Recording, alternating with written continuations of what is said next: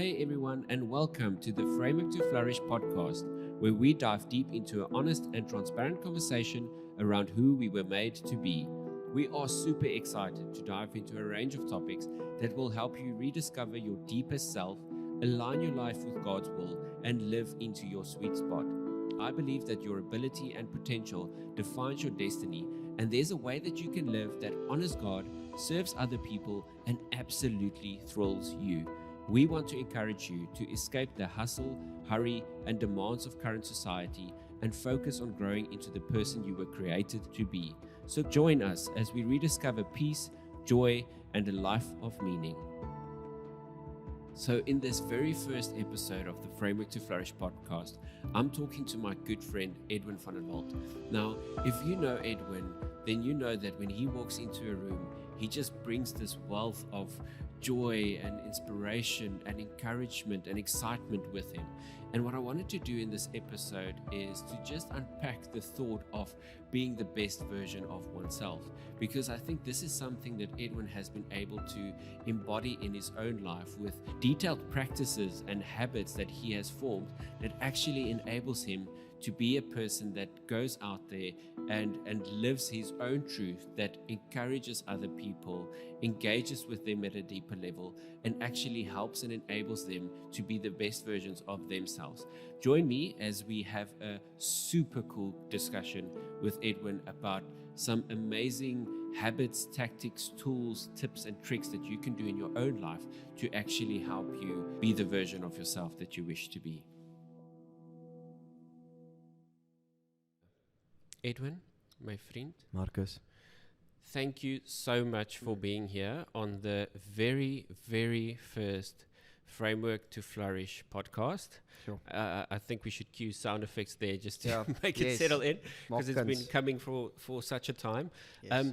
I still remember, I actually thought about this last night. I was listening to a podcast that you did with a good friend of ours, Kobus van der Berg, when you still did Rock What You Got. Yes. And I was like, this is such a cool podcast. Like this guy that I see on the screen with a good friend of ours, and they're talking about such interesting stuff. And here we are. Now you are here, and I'm recording a podcast with you, which is quite exceptional. You've been, I still remember the first time when we met at, I think it was Need, at Village Square. Yes. And the conversation started off quite light, like how are you doing, who you are, where you're going with life, and it quickly transformed into this. We deep dived, literally. I think like it's 15 minutes in. It was one of those coffees that you have with somebody, and like I've seen you before somewhere like at a spot both of us worked before. Yeah. But we didn't really. No, we didn't connect. It was just like, hi, how's it? And then I remember that coffee because like we sat down and it was that basic intro of who you are, and then we just started going deep. Like I'm talking about, like we spoke about childhood, spirituality, we spoke about father wounds, literally. I think I shared about my father wound, we spoke about those, and walking away there, both of us, I think, just got like, we were like, okay, I think we just connected on a deeper level, which was actually, because you don't get that often. People don't, I think that's with both you and I, like we get into a conversation and we immediately just go for it. Like we don't mind getting serious. There's no that easing in of like, did you watch the game? Yeah. And if I ask you, did you watch the game? You go, but then we had this conversation and like we spoke about father wounds and I'm like, yes. Oh, do you know, interesting? And then we go there. And I think that's important. And what is actually very cool to me is the fact that it doesn't bring us down. Like people usually connect like heartfelt conversations to, but it's so deep and depressing. And I think it actually gives us life. Like it kind of excites us and ignites a different part of us in terms of talking about these things and strengths and what people are doing with their lives and calling and spirituality. Yeah. And I think it opens up a different part in us in terms of which we don't get in everyday conversations, which is quite unique. And that's also why I wanted you on the very first podcast to kind of set the tone of the level of transparency and what we want to do with this podcast in terms of unpacking deep things in life, but in a unique, everyday kind of guy type of way, where it just makes a little bit more sense for people that are going through the same things that you and I can go through, but not necessarily having the language to connect, like, where is this coming from? Why am I feeling this way? Just before we dive into all the deep stuff, tell us, like, just in the last year, what is Edwin doing? How was lockdown? I don't want to even mention the big C, but how was this whole season in your life from 2020 up until now, and what are you busy with? I think I'll start a little bit before 2020 because it'll make sense then of where I ended up in 2020. But I became an actor. That is what I've always wanted to do. I knew I wanted to work where I'm going to connect with people and it's going to bring them joy. I didn't know where it would lead me to where I am today. But so what happened is I've been studying characters for like, I think it's 9 years now. I've been dissecting how this character thinks, how they feel, what ticks them, what makes them angry, what makes them sad. Why do they think that way? Why do they react that way? And for 9 years, I've been dissecting characters, but not myself. Wow. And then I got to a point where I think it was it's 4 years now. So I was, let's say, about like 5 years in doing this. And I was super blessed of having a lot of work, which I know talent does play a part in it. But I got to a point where I just thought, okay, like, I'm driven for something more, and it came from inside myself. So then what ended up being is this self-awareness journey of figuring out, so what makes Edwin angry? And it really bothered me that there's so many stuff, like I've been studying these characters, but I haven't been studying myself and really getting to know myself, like, because I made bad decisions. There was one big decision that I made, and it was purely to be incredible actor, and I made a decision on that, which was based in my identity. I found my identity in being an actor, so I just wanted to be the next Heath Ledger. That was my mission. And then I would make decisions, cheating on my girlfriend, then doing those things, because if I do that and it would be with somebody that I worked with, then it's going to help our chemistry on film. So, and that's full transparency, just my thinking process. But then I got to the point, you're hurting when you walk off set, you're a human being. And I justified it in my own head. So anyway, so I got to a point where I just said, okay, well, I'm making decisions that's not just for that one moment on film, but it's affecting my personal life and the way I think. And I needed to go on this journey. Went on this journey, started reading books, just really trying to transform my life in the sense of finding, for me it was in the Bible, like trying to find, word on my life, like how does it work? And I completely turned a new chapter on saying, I'm not going to listen to any pastor, any previous learnings, teachings that I had. I want a new discovery for my life of, if I say that I believe in the word of God, then I need to figure it out for myself, not what another pastor or anybody told me how I should interpret it. I want to interpret it new, fresh. I want to know, besides the word, just what makes me angry, what excites me. Can I be authentically myself, being weird, being joyful, saying that I've got a gift encouraging people. Wow. And then when I realized that, I was still acting, I was still getting roles and doing those things. What year was this? This was probably 2017, 18, in that period of time. And then going through the self-awareness process, I just discovered so much about myself. And I realized that I don't just want to be an actor. I want to do more. And I discovered my pure purpose is to equip and encourage people to become the best version of themselves. Like that was just, it was so clear. It was clear. I saw the pattern, recurring answers to questions I asked myself over those 2 years. And it came back to the one thing. And I decided, well, I want to start something that can do that. Because you can quickly justify it in your mind going, yeah, but I play a role which kind of can, if somebody watched the film, then they can kind of get a message out of it. And I was like, no. Like, I want to really get hands-on, practical. You know me as well. Like, I want to go out and execute, high achiever mentality. Like, I want to do things. So I started a company, or I had this idea that I want to start a online educational platform where you help people become the best version of themselves. Wow. And that's where NoviGuide got born, our company that does this. It's basically masterclasses equipping people. And then that started, and just before, in 2019, the idea and the full process got shot. We shot our first class, which was on film acting, and then that company was born just before COVID hit us. Wow. So then when COVID hit us, it made sense as well that it fit into the possibility of having a hope, having something to work on as an actor that's going to keep me alive during that time. Because as an actor, you didn't have work. You couldn't work. And if you can't work and you find your identity in being an actor, for months, you're nothing. You're down, out in the dumps. There's nothing you can do. So I was blessed enough to have this going and working at it and grafting at it.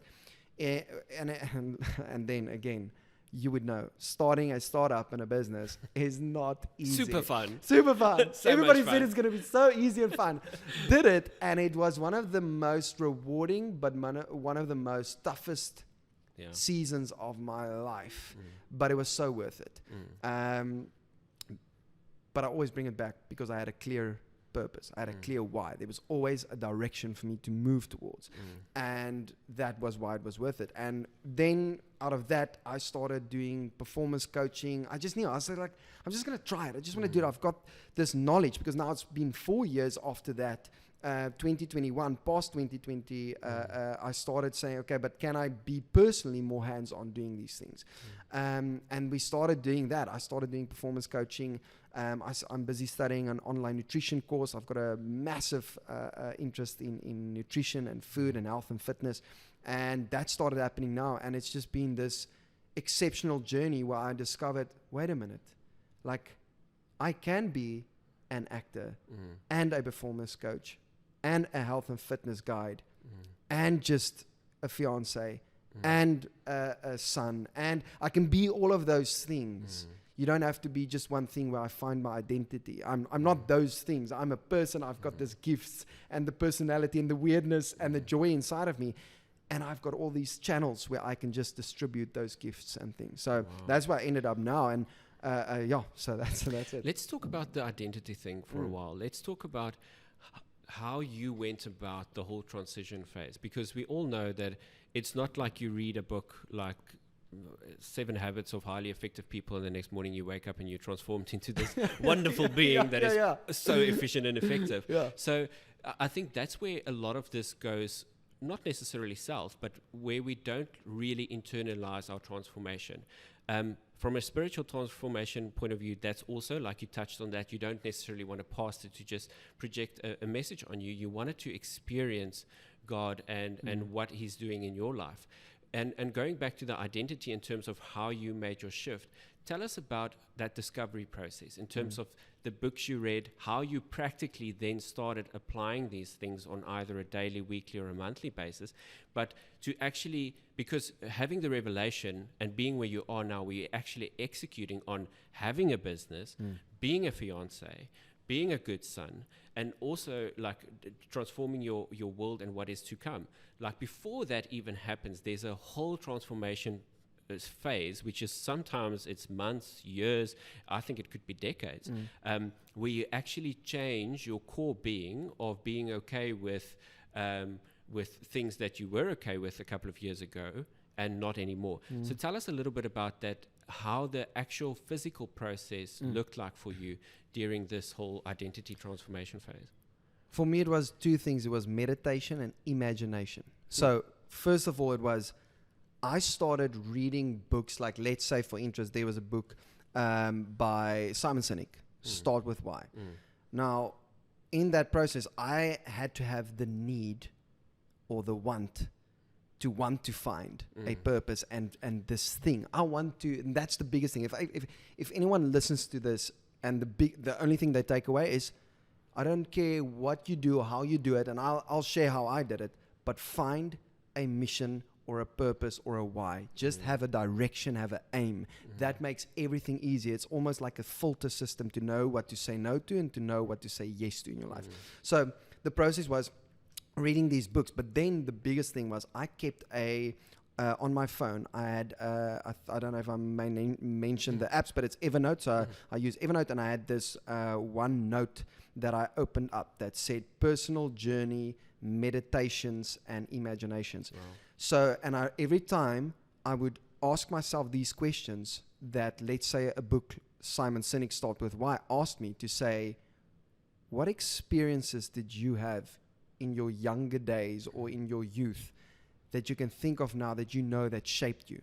Sure. Write them down. So usually Good or bad? So good or bad. So usually then what we do is we think about it. So we read a book and we go, oh yeah, and then you go on to the next chapter or whatever.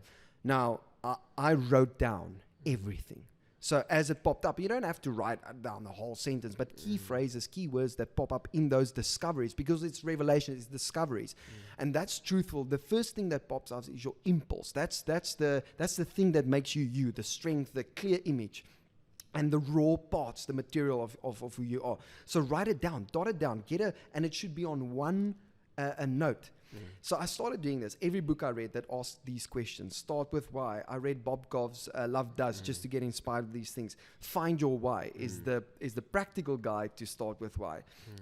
There's a lot of other books, that business book, Creative Calling by Jarvis. I can't remember his name.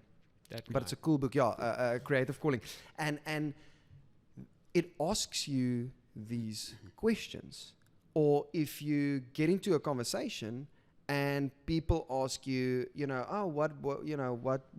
what excites you, what energizes you, and you speak and you pick up a pattern, start to write that down. But just open the app, write the date, this discovery. And then I started implementing a weekly, where it was like a Sunday morning. I would sit and I would meditate on these things, or just sit and think, almost visualizing my week going past, like, what revelations, what ideas that I have this week that can give me clarity. And that's the thing we speak a lot about, is like, how can I create clarity in my life? I just want clarity, and especially in this times, like, it's unknown. It's, there's so much fear in people because of the unknown and not knowing. But when I have a purpose and a mission, it's clear. So I went through this list. So this was 4 years worth of notes. Wow. There's books that I read that said, listen, go back to there's another book that anyone can read. You don't have to be an artist. It's called The Artist's Way, of Julian Cameron. And there as well, one of the questions was, who championed your creativity or success when you were a child? Who was that person when you were growing up? And literally I had to go think. And I had this breakthrough of this one teacher I had, my English teacher, that, and I never, this is the weirdest thing, Marco, like, I never thought about this teacher ever before until this question popped up. But the thing is, I had to meditate. So I had to sit and just really allow myself to think and allow myself to openly just let the thoughts flow. So I got to this teacher, Duplessis, Meneer Duplessis, and he was my English teacher in primary school. And back then, on every Friday, we had our English period. We had to do orals, and I loved orals. Like, I would do accents. I would go for it, but I would go crazy. But what happened is, why he championed me was because he had kind of a structure of how things should be with the oral, but he always said to me, Edwin, just do what you do. No structure. He gave you the creative freedom.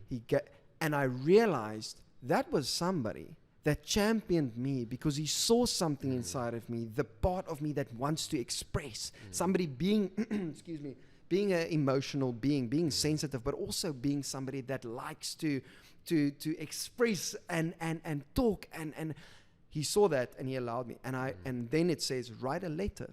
In this moment, write a letter saying thank you to this person. I wrote the letter, and they say you can't send it to him.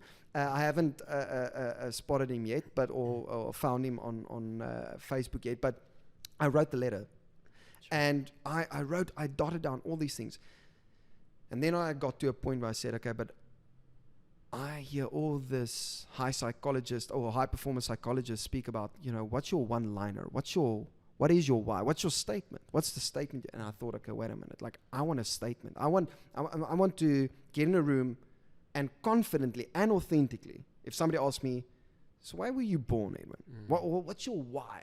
What's your purpose? And usually people say it with a smirk because they go, and then you get people that go, like and I said to myself, I want to get to a place that if somebody asks me that, there will not be a split second before I tell them, for me, it's to equip and encourage people to become the best version of themselves. Like, that's my mission. That's my purpose. And I went through this sheet, this file, this notes, and I just looked for patterns. So then you start seeing patterns when you go through it. And I see, okay, every time you had time off from acting, you started something on the side. Sure. I started a podcast called Rock What You Got back in the day. For what reason? To help people discover other people's magic so that they can be magic. Sure. I got busy again, and then I got time off. What did I do? I created a 3-month gap year for matrics if they don't know what they want to do, so that they can get clarity to know what they should do with their lives. Sure. Got working again, time off again. What did I do? I created a website where literally it said to help people become the best version of themselves. So I saw the pattern. I was like, can you see that every time you've got time off, there's a recurring pattern? And then you go look at your wounds. I started seeing, the stuff that really makes me sad in life. Those are the things that I want to fix, and that's helping people, to explore. Like, a lot of people struggle with self-doubt and suicidal thoughts and stuff. And I personally had a very good friend and a situation earlier in my life where it kind of shaped me of really wanting to help people. And it came naturally to me. But I had to write those things down to explore it, to identify it, to know that is the thing that I'm naturally good at. And I can do that wherever I go. So I did that. And then what I was thinking about is, okay, cool. Now go sit and get kind of a structure and figure out, if I write this one-liner down, this can be my thing. This is my mission statement. This is my purpose. This is my why. So just summing it up all the way through, I just said, okay, cool.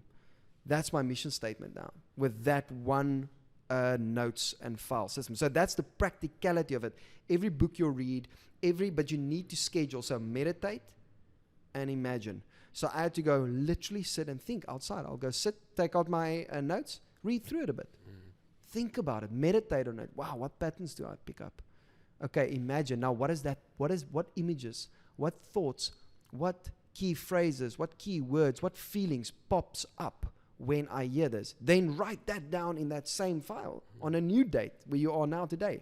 You're going to pick up a pattern of what you are naturally good at, what makes you consistently sad in life, things that you want to help solve in this world. And that was where the identity and the why and the mission, the practicality behind it, that was the best way for me to figure it out. Is the way I am, super analytical and strategic, was I needed a physical thing that can guide me. I couldn't just think, oh, there it pops up, there's the one-liner. I needed to really see a pattern and make sense out of it. And that was one of the ways. And now actually I use this one concept in the performance coaching of using your core. Asking, like, it's 25 questions where you take somebody through it, and then out of that core of who you are, you write your first draft mission statement. You say, that's who I am. Let's unpack being the best version of yourself a little bit more. I think, obviously, the key there is being the best version of yourself, in terms of, I think a lot of people read these books and see people they admire, but it doesn't necessarily align with who they are from a creation point of view, in terms of their strengths and their drive and the experiences they have had as youngsters and kids, and that have shaped them.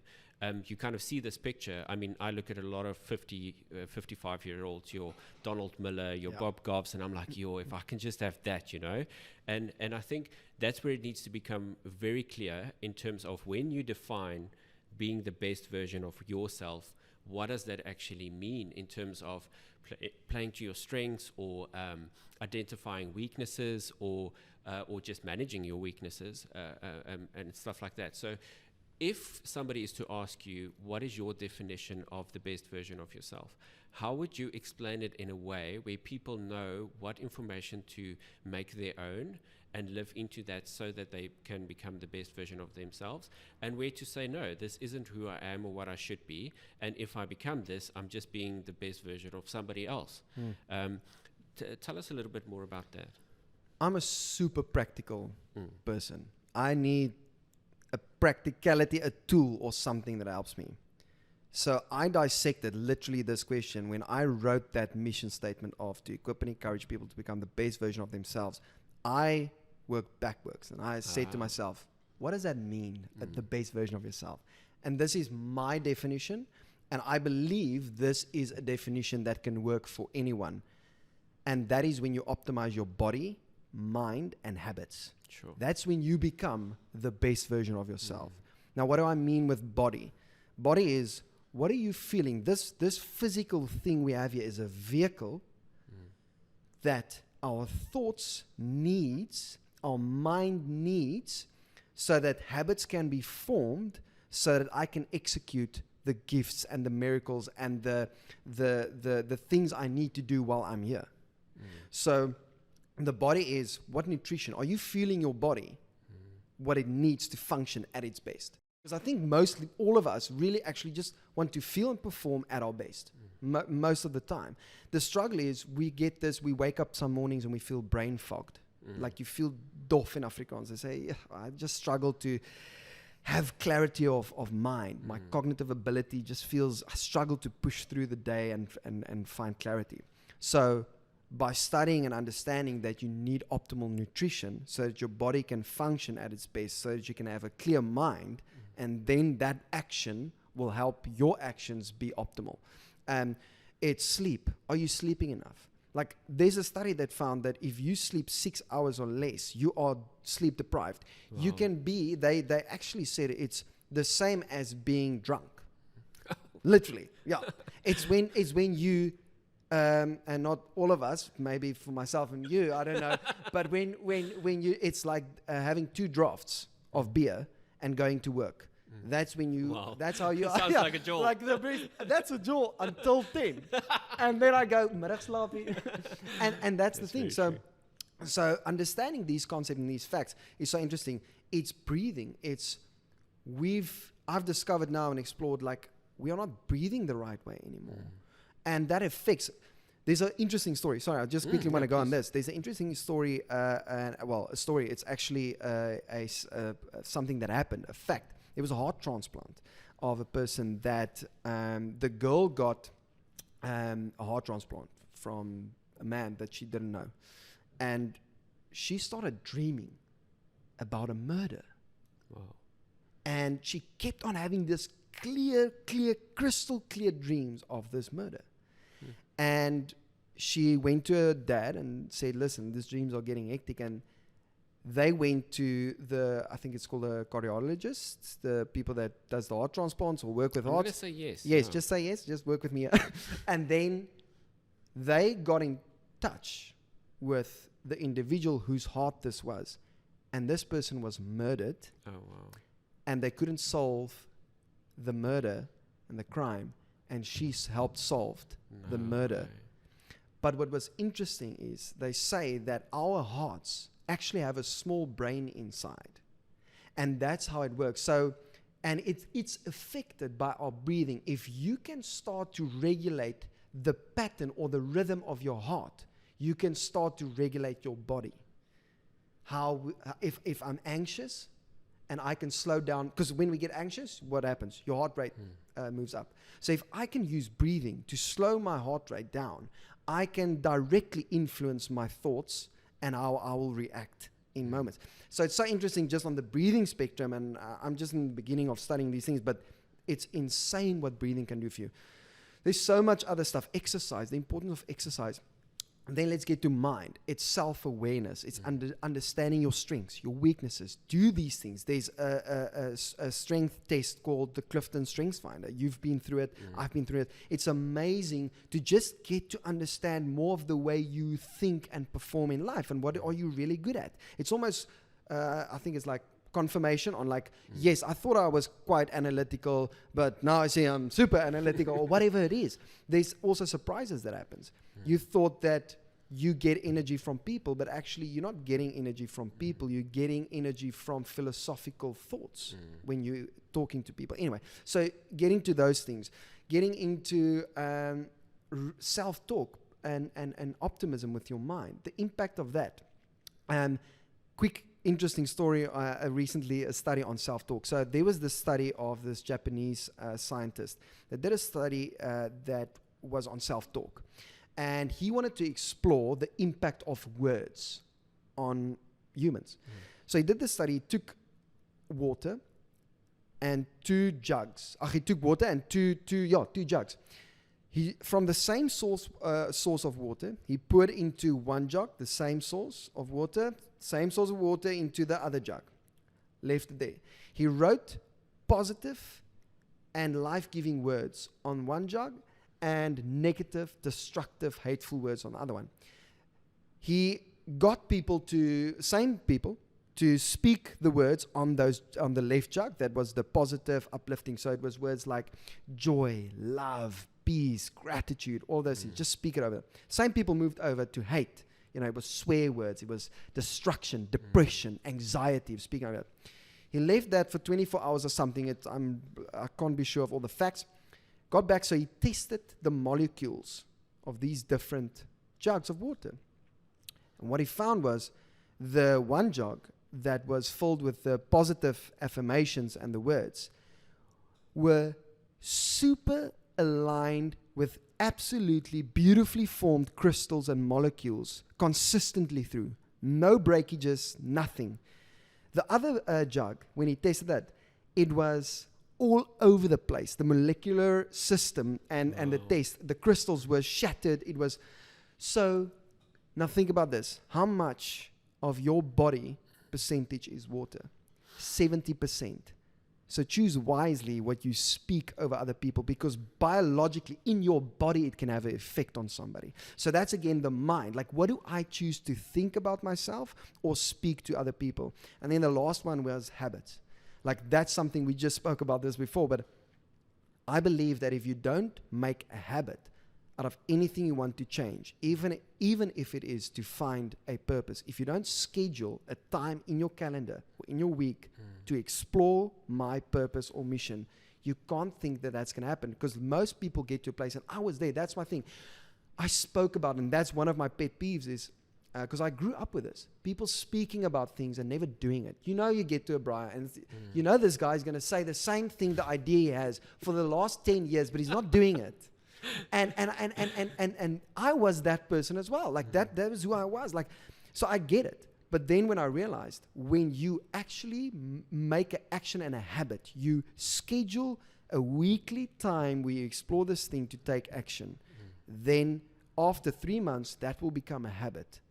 And that's how so if you implement the body things, the mind things, and you make it a habit, even spirituality, that should become a habit. And it sounds so then it's just a habit. No, when it's a habit, that's part of who you are. It should be our primary habit. That should be your primary habit, actually. So people that say, yeah, but I kind of try these things. No. Like, that should be your habit. Like, that's my biggest thing. I also believe now, if you look at somebody's habits, you can have a kind of great idea of who they are. And so that was my whole breakdown of like what I now completely understand and are studying is like, if you optimize your body, mind, and habits, that's what I find now is that's when you become the best version of yourself. Sure. What does your daily routine look like now with all of this in mind and all of the transformation that has happened and everything that you have been applying practically in your life? What does a day in your life look like now from morning to night? Cool. So I'm going to try and get as practical as possible. So it might bore somebody in a sense, but I wake up the same time every morning for 7 days a week. With a clock or naturally? With a clock. Okay. So with an alarm. The thing what starts to happen is, even if I'm not at home and there is no clock, now I've trained my body to wake up that time and anyway. So I think it would be possible for me by this time now to actually wake up without it, but not taking chances. So let's not risk it. Let's not risk it. So what I do is I wake up 5 minutes before 6 every morning. And why I also do this is, I'm not going to get into scientifically, but it's like our bodies have got a circadian rhythm. That means your body works in a clock process of he knows when to wake up and when to go sleep to perform optimally. So that's just what the circadian rhythm in a very basic description is. So your body will excrete melatonin, which is this hormone that makes you sleepy. And if you actually go sleep the same time every evening, 2 hours before you go to sleep, your body will excrete melatonin. So you already start to feel sleepy before, and you go sleep the same time. And 2 hours, or just as the light starts to rise, let's say at 5 in the morning, it's far off. Your body will start to excrete cortisol, which is the stress hormone, just a little bit to pump some adrenaline into your body to start to wake up slowly. But 5 minutes before 6, I wake up. I go down and I go sit on my yoga mat. I'm not very weird yogi type, but I go sit there, and then I do my 15 just recently as well. I started doing the positive affirmations one, but it's not just those affirmations where you go, I am a millionaire. It's like, no, look at your bank account. You're not right now. Not there yet. Yeah, not there yet. So let's just be honest. You need to really believe these things. So again, being very self-aware and having your notes of your personal journey, you can see things that you really, I am an encourager. And something I recently started doing as well is, because I found that I had a problem with that, is to say the words that I love myself and that I'm proud of myself. And that also made it, just saying these things loud, also understanding the effect that words have on our body. So I do this, go through this 15 just affirmations that I go. Then I do a 6-minute breathing exercise. And this is now, let's say, 5 minutes past 6. And this breathing exercise works like this. And it's 6 seconds inhale through your nose. You inhale for 6 seconds. Keep it there for 2 seconds. And you exhale for 7 seconds. Slowly exhale. Your exhale should also always be longer than your inhale, and that calms the body and it infuses good hormones. By doing this, I'll visualize something. If Isel, my fiance, listens to this, she'll appreciate it. But I'll visualize her being weird and laughing, so that my body, as I do the breathing, so that I can get those good hormones early on in my day, experiencing joy and goodness in my body, so that my day starts with that. Then after that, I go directly into a 2-hour, as I call it, a flow block, where I schedule the most important task, the priority task for me for that day, to execute that. So it's 2 hours that I put on noise cancellation headphones, and I execute that task, which I've already planned on Sunday to my to-dos. Just structure, smash it. After those 2 hours, I go into my victory hour. So my victory hour is I go up, take a shower, come back down, and I'll go into Bible study, or just grow. I call it word growth. So I'll pick up the word and I just, let it infill me, and that's a growth time. And then also, if there's anything else, I'm busy with a 21-day challenge now as well, where I have to do push-ups and sit-ups in the day. And so then I'll do it in that session as well. After my victory hour, I will go and have a smoothie. You know me and my smoothies. So I'll have my breakfast. I also do then intermittent fasting. So I'll eat at around 10-ish, 11-ish. And then I'll go in my second flow block for 2 hours. And then I'll have lunch after that at about 1. And then after that, I don't do any more very analytical or strategic thinking tasks. I will go into emails, I will go into calls, I will do more just, more creative stuff, that type of vibe. And then at 3, I will exercise, workout. And then my workouts is, it's also scheduled in advance, Monday to Friday. And then at 4:30, I do a power down ritual where I write down the 3 most important tasks for tomorrow. I reflect on my mission statement, and I reflect on my goals, my 5-year goals, and the deconstruction I did in that. And then by 5, I literally put away my phone, or I don't always get it right, but I put away my phone, and then I go into a muhai, which is a statement that the people in Okinawa, Japan, used. It's meeting for a common purpose. So then Izal and I go into Muhai, where I will make food, but we don't have our cell phones there. We'll cook and just chat, just be present with each other, because that is something that is so difficult in a time like this, because it's ping, ping, ping, WhatsApp.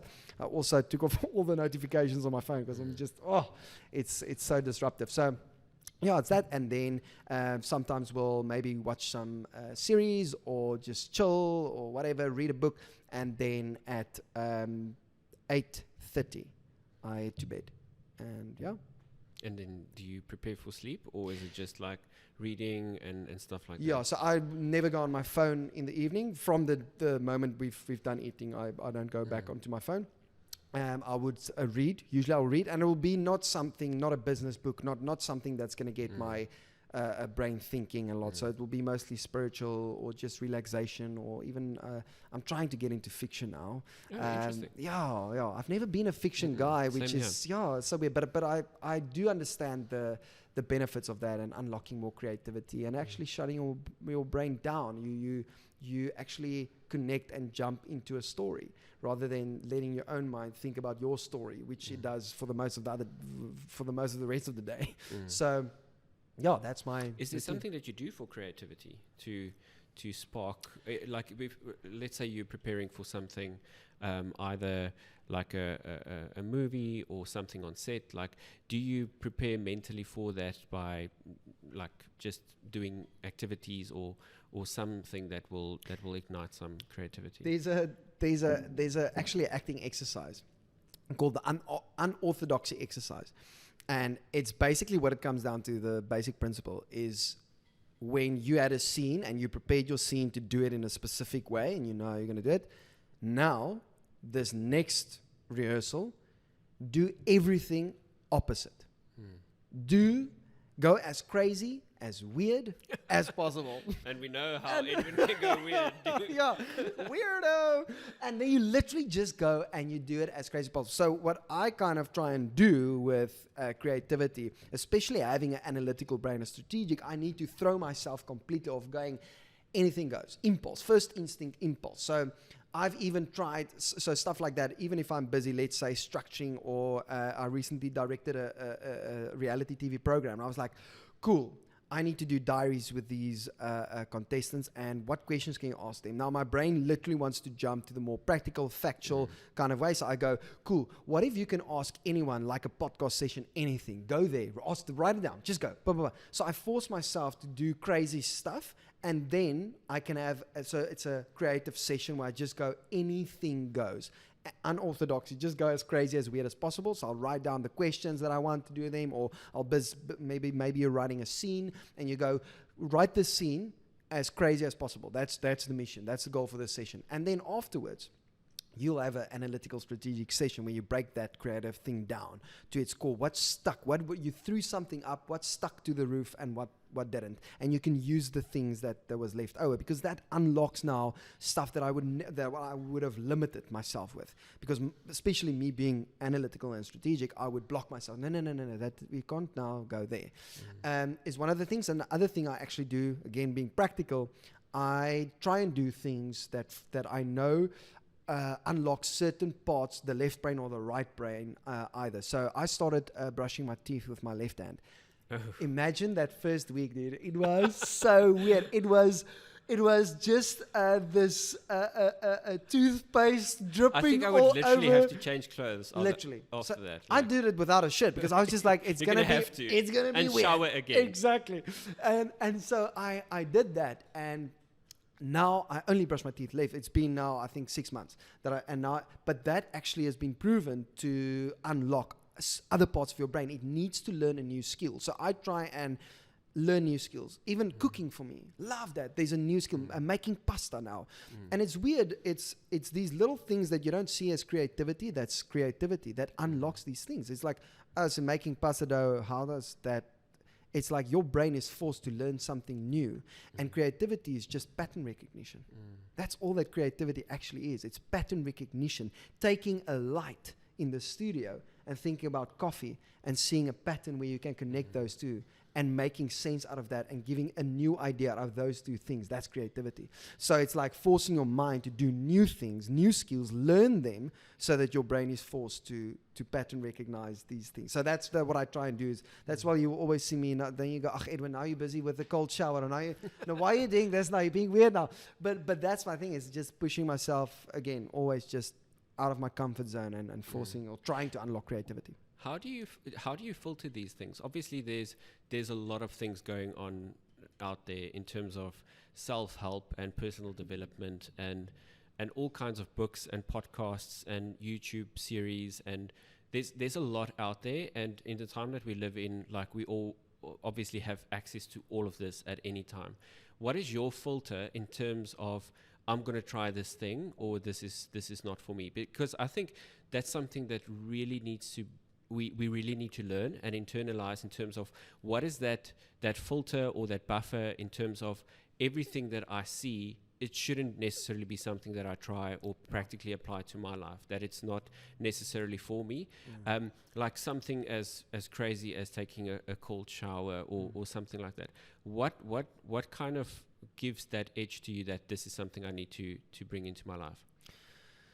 I think, well, self-awareness, again, getting back to that point, knowing there's too many things we try and change about ourselves, or there's too many things that's out there. That's exactly what I want to get to, because like with self-awareness comes this whole like burden of where do I draw the line? Because now we live in a culture where we think we've got no limits. So you can watch YouTube and you can start a podcast, literally what has happened here. So you can do all these things. So I think we kind of need to really work on how to build that filter system, because otherwise it just leads to our anxiety and being filled with stuff that you shouldn't be filled with and doing things that don't matter. Yeah, I love that, Marco, because the thing is when you are self-aware, you will find a thing that you go, ooh, I would like to explore that, work on that, improve that, whatever that is. But now what happens is, now I find a book on that, a podcast on that, or whatever. But tomorrow, something else pops up. So let's say for me in this season, it's to really get much more positive with the words that comes out of my mouth. So it's really to listen, to be mindful about speaking more positively, not fake positiveness or fake optimism or what they call it, toxic positivity, not that. Literally just understanding that the words I choose to speak must be more positive. Now, there's books on that. But now tomorrow, let's say, I see a post from somebody that speaks about the amazing new workout to improve your biceps. Now, you know, Marco, I don't really need that, but but now let's say that now you go, okay, that's also, so I'm going to download that podcast as well, because I think there's something there. So I'm just going to, and then I'm going to listen to that one. And then after that, I should just be at the positive affirmation things. Okay, cool. And then tomorrow you read something about, you should read one book a day. And you go, but how can I do that? And it goes, there's a speed reading course I can do. Okay, so I'm going to do the speed. You see how many things you're busy with now. So the filter I use, or the thing I was like, identify one thing that you want to work on or improve or do whatever. Set a time limit. Sure. Set 2 weeks. And that's your theme. I call it my weekly theme. Let's say it's positive affirmation. Let's say it's positive thinking, whatever that is. Then I'll only listen to a podcast, read a book, or watch something on YouTube that aligns with that theme, just for those 2 weeks. Because we've got so many people now, because we've got access to all of the information. Everybody can Google how to do this now. The people that's going to stand out and that's actually going to add value in this era is the people that really become masters in a field, or masters on certain topics. People that really, and it's not becoming a master, I sound so clever now about this. Those are the people that's going to they're going to clarify and simplify how you can do it. It's not going to be this complex thing. So that's how I try and filter it. It's going, okay, choose one theme for like 2 weeks, and you can put your own time limit on it. Study that thing. Study that thing for 2 weeks. Just stick to that thing. And if you see in a week's time, you go, sweat it. I don't want to do this. Then go on, move on. That's not something then you should do. But don't do 6, 7, 8 things on the same time. How do you do it? I've started like reducing my intake. So I've actually cancelled my Audible subscription from the beginning of this year, because what I realized is like, great, I could work through 23 books in a year, But when somebody asks me a question about the book, I'm like, yeah, I remember Yeah. that part. You know, because I was trying to do too many things at the same time, and I really did not internalize anything that came into my being. So what I try to do is I only listen to certain podcasts in terms of I would select like 3 or 4 a year to kind of work through, and if there's a new season, I'll listen to it and stuff like that. And from a book point of view, I don't want to read more than 12 books a year, so 1 a month on average. Sometimes I'm really motivated, like if a writer brings out another book in that year or something happens like that, then I'm very eager to do it, and then I might break the rule. But other than that, I really try and stick to certain seasons. And I think my year is also broken into that. Like I try to, I believe that God gives me a word a year, and then I try and grow into that word as much as possible. So the word for this year was faithful, because that's something that I struggled with quite a bit in terms of not believing in God, but believing that He would actually intervene at a level that my own abilities cannot play a part. You know, I'm that, like, you know, like I'm driven and I'm going to accomplish this, and I put my mind to it and I do it. So I leave very little room for God to intervene and say, listen, this is something that only I can do. Okay. So so in terms of that, I started reading more books about faith and about multiplication in terms of how to use your gifts and talents, and what is your gifts and talents, and where God comes in terms of multiplying that. So breaking stuff down into seasons and stuff like that helps me to govern and put limits there. I'm not trying to study psychology and architecture and all of these things that really interest me. Like I kind of find myself like on Pinterest looking at houses and architecture and stuff like that. Then I'm like, you need to cap it, boy. Because that's kind of my Netflix, you know. I love looking at or absorbing information around architecture and stuff like. And it's it's also a season. Like previously, it was other things and recipes and stuff like that. But it also brings you joy. It does bring me joy, and it excites me and it energizes me. But then I kind of get to a point where this is nothing than an escape. Like you need to kind of put it in a box that if you want to look at Pinterest, do it like between 5 and 6 or whatever. But don't go be like midday and like just scroll there. Be intentional. Because I don't necessarily do the Facebook or Instagram thing on a daily or a regular basis to check in on that.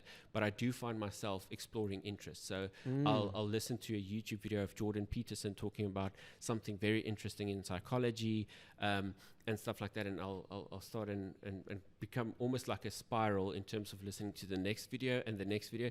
It's clickbait. Like the titles are just like, if you like this, you then like the next one. We know this. So that's kind of what I do. I try to pack it into seasons, because to me, if I narrow it down too much to a daily basis or a weekly basis, because my schedule is not my own at this point in time, I try to make it fluid enough so I have breathing room to change things, but not so fluid that I don't commit to anything. I like that idea of the book thing where you just and I think when it links to your theme, like you said, like for you it's like a year thing, which is amazing. It's incredible. It's like a super focus for 12 months, which is amazing. And with the book thing as well, I found that also finding leaders or people that you truly believe or truly admire or want to follow, to stick to those people, because there will be contradicting opinions. I mean, even thinking about certain like Christian leaders, there's going to be different. So when you choose, and now you go, oh, but that guy said no, like, okay, so now I'm confused. Now I'm this gonna. also makes sense. I'm now gonna go pray tomorrow morning for clarity, because this guy said now. And the thing is I've started now as well as choosing my like 3 people on the theme that I want, and I stick to those 3. Those are the leaders I trust, and you'll have confirmation. You'll have clarity on who those people are. Like you'll just know like that's your 3 or whoever, and you study them. It's like I've read some. I think it was a quote or something. I'm gonna ruin it now, but it was like the people that became heroes or the masters in their field all studied somebody before them that was a master in their field, and it's like when you can just zone in on this person and look at everything that makes them incredible, and then apply your personality and your gifts and your magic to that, it's going to transcend in something else and even more. But you needed that leader. You needed that person that can guide you into something that you want to execute. And that's something that very excites me lately in terms of I've been looking into the word potential, right?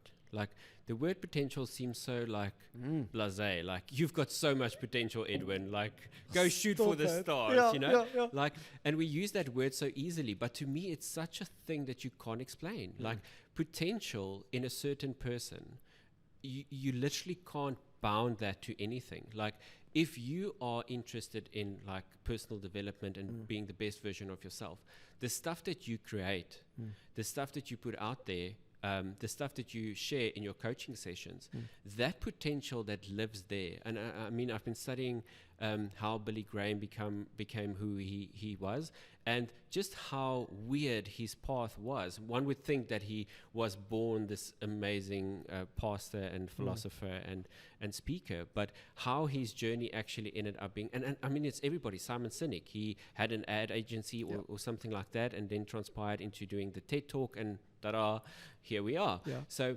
and that's potential. That's something that I think, and that's why I like the word unlock potential, because I literally think once you have these keys of self-awareness, and I think there's two main components in terms of self-awareness, knowing who you are and who you're not, and then the drive to actually execute on that, because I think a lot of people know who they are, but they don't necessarily have the drive to actually do something about it. So I could actually be very powerful in this space, but I just don't necessarily want to get there, and that could be because of comfort, because of fear of taking risks, or whatever the case might be. But that thing of potential in terms of what has been born in you, in me, in everybody, and how you allow that to shape your destiny or wherever you go, and what you put out there, because that can either be somebody coming to God, or it can be somebody that breaks a bad habit and moves into a space where they're actually full of life and living a fulfilled life. So that is so fascinating to me. I love that. But you know what's interesting about that for me is that when you said it's two things. It's self-awareness and drive, like those. Now, I've recently studied also the topic flow, and it's a state of consciousness where you feel and perform at your best. Now, something interesting is when it comes to drive and motivation, you get something like being intrinsically motivated and extrinsically motivated. Sure. Now, extrinsically motivated is being motivated by stuff outside of you. It's money. It's those things. That's only going to take you that far. When you are intrinsically motivated, you do things out of the pure enjoyment of doing that thing. Sure. That drives you. So now imagine being super self-aware of what your gifts are, how you operate, what your strengths are, what your weaknesses are. But now what drives you, and that's where I think potential expands and explodes, is when you are driven intrinsically with a purpose, with a mission, with something, because that can go in so many directions any moment possible. It's like the potential of every micro decision. Exactly. Every micro decision can take you anywhere, but it's intrinsically driven. That's what I find about a mission and a purpose statement. People get weird when you go there but I'm like, do you understand the drive?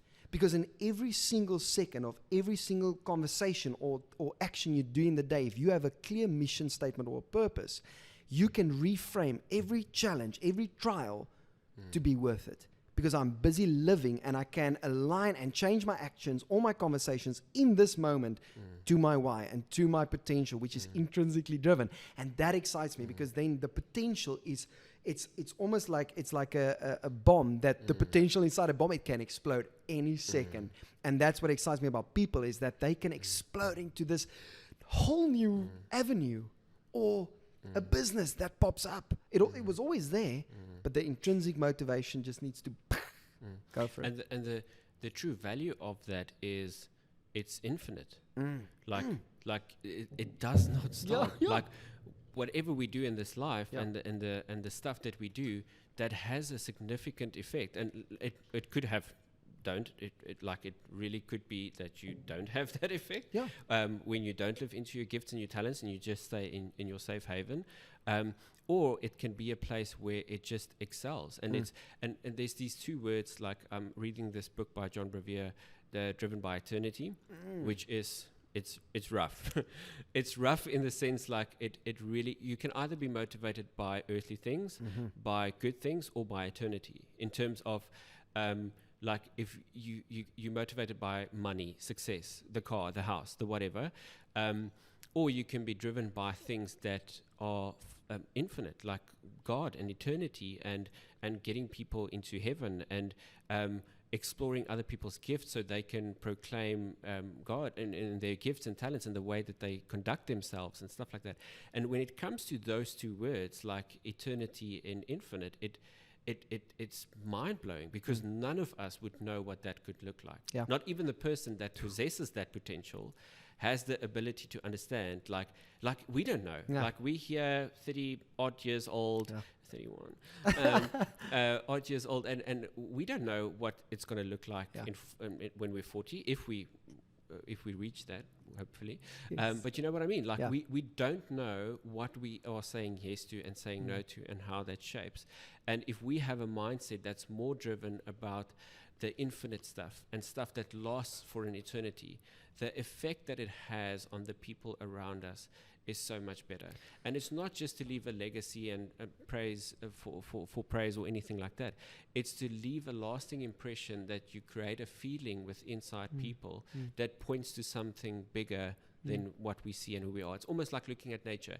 There's nothing that you can explain like looking at a beautiful mountain range and beautiful ocean view and not feel something. I think it's literally impossible for you to feel that, wow, there's something bigger, there's something with much more potential than the everyday things. I want to pull on that thread for 1 second, and I want to, so staying on the topic of, eternity and potential and the power within. Now, in the word, it also says that you've got the same power or the same strength or the spirit inside of you that raised Jesus from the dead. Now, okay. Let's think about that for a while. Let's like quickly really go just internalize there. that. Exactly. Now you go and you say that my carnal body, mind, are going to struggle to fathom that idea. Yeah, because we struggle to not eat a second bite of chocolate. Exactly. Never mind changing the world. Now you think, okay, so if I can get myself to a place to renew my mind daily, to really step into that moment or that truth in my mind, then that potential is eternal. When you live that out. Wow. So that's just where I also go, because I've been meditating on that thing, and I was like, do you realize this, Edwin? Like, and it's a challenge, and it's a massive blessing, and it's intrinsically motivating. On that, given the fact of potential and in eternity and infinite, what do you think it takes to be fulfilled? In terms of, let's say you have this infinite mindset and you really think about exploring your gifts and really just using them and having good habits. How do you think that shapes a fulfilled life? Or what does a fulfilled life look like for you?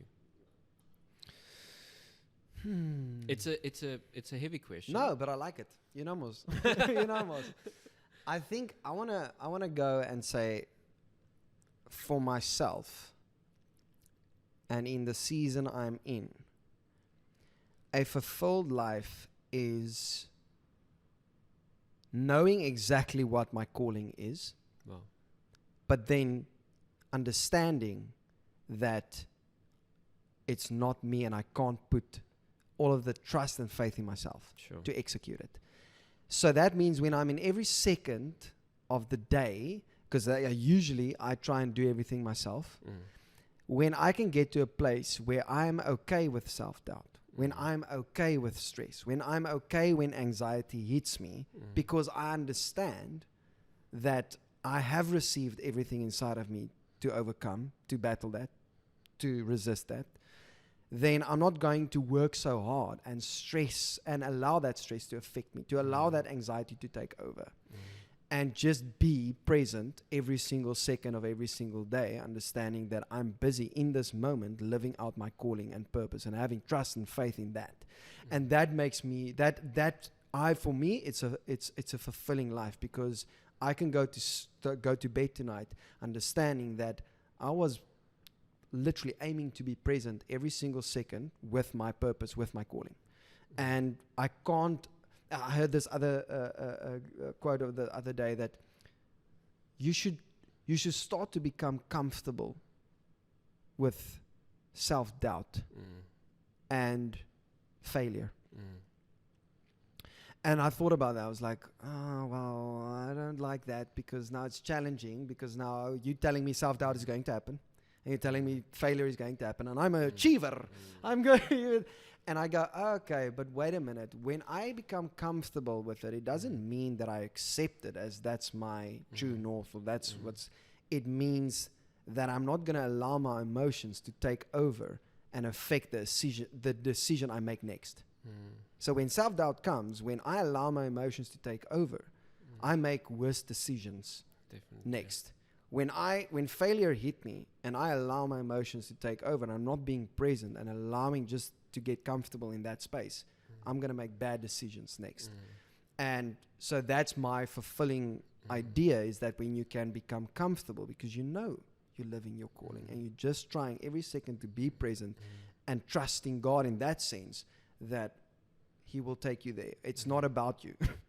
And it's difficult. It's like saying it is like, even as I said, it's like, that's difficult. I think that's the journey. That is such a revelation, because I think that's what the most of us are struggling with, in the sense of we have this picture of being perfect being portrayed to us on social media. And I don't mean just in terms of people's lifestyles. I mean, literally, I'm bringing the Pinterest example in here again. You see something that you like, a garden or landscaping or a kitchen that you really want in your own home. And you kind of get fixated on what that perfect picture would look like. And you don't appreciate what you have now. And the same with that. Like we think that perfection is something that we can reach. And it's not. Like I read the book Ecclesiastes lately, and like that is 12 chapters of wow. Like saying everything is meaningless and stuff like that. It brings you to a point where, why are we chasing perfection? If we just live into our calling, and we listen to God's voice, and we do the things we know we need to do, because that's what we were created to be and to do, and then just allow for things to go wrong and for stuff to fail, and be okay with it. But now in our minds, we say, we can't fail, we can't do this, it has to look like this, it has to be perfect. And that constantly puts us in a space where we have these discontentment, and we're not fulfilled, we're feeling anxious and deprived of things. And I think many of us go to a space where the world owes me something, and it's such an unhealthy space to live in, where we can just realize that, listen, failure is inevitable, it's going to happen. Like, people are going to disappoint me, and that's something that I had to deal with, in terms of, I really don't like disappointing people, but I also need to realize that I am going to disappoint people, and probably quite a few times, often, and I need to manage that. But there's some stuff that I just can't control, even though we want to control it and we think we can solve every problem, we just can't, and we need to be okay with that. And I think once we're okay with that, the possibility of living a fulfilled life changes, in terms of, the fulfilled life is not necessarily a perfect life, but it's a life that, like you said, I'm self-aware of where my gifts and talents are, and I'm living into them. I know I'm not perfect, but I know which actions hurt people around me that I need to manage. And you are comfortable with the lack of perfection in the world, the sadness, the pain, the death, all of those things that surround us. And you don't just give them the credit that they deserve. You don't give them all the credit. They don't have that capture nature in you, in terms of, if that happens, that's like the worst thing ever. And I always tell the team here that I live in this awkward mind space, in terms of, every single day, both the best thing ever could happen and the worst thing ever could happen. and I live in that centerpiece. Like it kind of is a weird place because you don't get like super crazy excited where, you know, when you were a kid, you would run and just shout, and like I'm not there. And I'm also not at the place from on the flip side where I'm just down in the dumps or whatever. I live in this center part where I'm super content and natural, or try to be super content and natural. Let's just state it there. Yeah.